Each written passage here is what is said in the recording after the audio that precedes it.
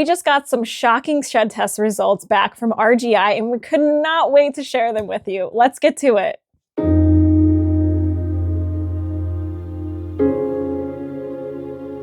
We sent out 3 shed tests of 1 clutch. So this clutch was a pairing where the results would be 100% hypo, impossible het puzzle, impossible het pied. We were optimistic about our odds since there were only 50% hets.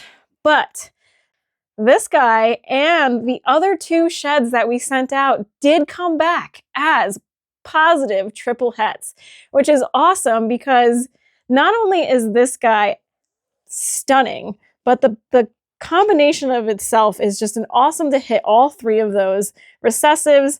And you can kind of see it best in this guy because he has that reduced patterning of the het hypo.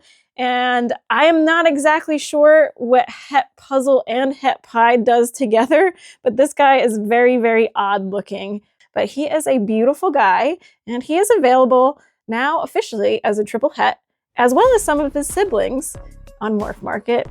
And I can't believe no one scooped him up. And if you don't, he's gonna stay here.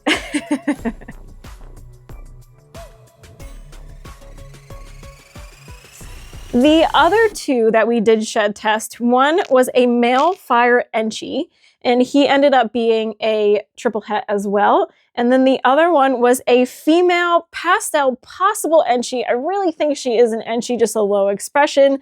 And again, a triple het as well. And now if you are interested in any of these 3, they do come with a free normal possible triple het as well. And you can see those listings on MorphMarket. Moving on to 2 other shed tests that we sent out, and now these were the mind-blowing results ones. So you guys have seen a lot of this beautiful girl. Now this is a pastel Lori DG, first of its kind produced, and she's stunning, growing, eating like a crazy girl. You can see how thick she is. She's doing fantastic. And you could see those beautiful soft colorations that she has and that white popcorny belly that she has going on. It's just a very beautiful combination to begin with. So we decided to get her siblings tested because we were on the fence of whether they were pastel Loris or pastel Lori het DGs that were just kind of showing a little bit of that het DG, or if they were Lori DGs. And the results were actually mind-blowing for me because they tested positive both for visual DG. And unfortunately, my male over here, he is in shed, so he's not expressing his beautiful DG as much. But this female right here, you could see that beautiful soft coloration that she has, that the DG does to Lori. But the other thing that was very confusing is that pastel Lori also kind of gives it this appearance. So it was a little tricky to identify for sure. So that's why we decided to enlist RGI's help to confirm.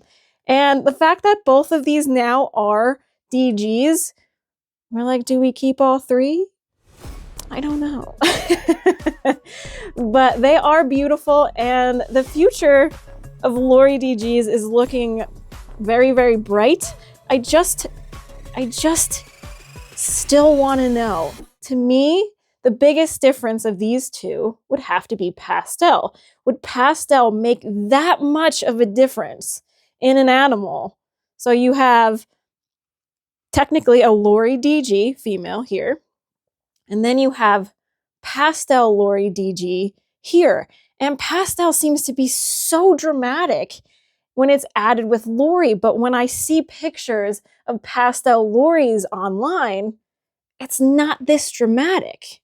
I would assume that DG, pastel, Lori together might look pretty insane, but I wouldn't think it would look this different. So I'm very confused, very intrigued by the Lori gene because this is the fun part about working with a gene that not a lot of people are working with, is that there's so many unknown combination things that may happen that no one's seen yet.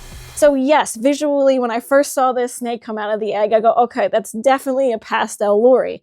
Now, as she's gotten older, that's changed. Now I think, you know, she has that DG hue to her, and so does the male. But it just kind of blew me away because I was banking on these guys being pastel Loris, 100% het DGs. So though this male is in shed, you could still see that he has a little bit more of that almost, I guess I would call it like this brown tone to him, where she has more of those yellower tones to her.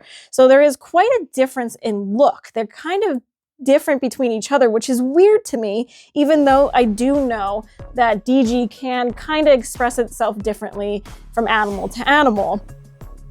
But you could see in her, you could see those beautiful light hues. And then in him, he has more of, I guess you could call it like a copper tone almost.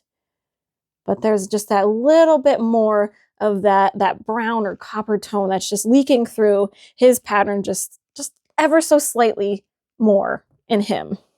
But very, very interesting. I might keep them all. I don't know what's going to happen. Unless someone convinces me to sell them, I might just keep them. But this is a very interesting project, and honestly, the results kind of blew me away. I thought that these guys were going to be pastel Lori, 100% het DGs. But hey, I'll take 2 more DG Loris, 100%. So absolutely crazy odds. Technically, we tested for 8 different genetics, and all either came back as homozygous or heterozygous. So fantastic odds, realistically. But I really hope you guys enjoyed this episode because this was pretty shocking for us. Don't forget to like and subscribe, and we'll see you next time.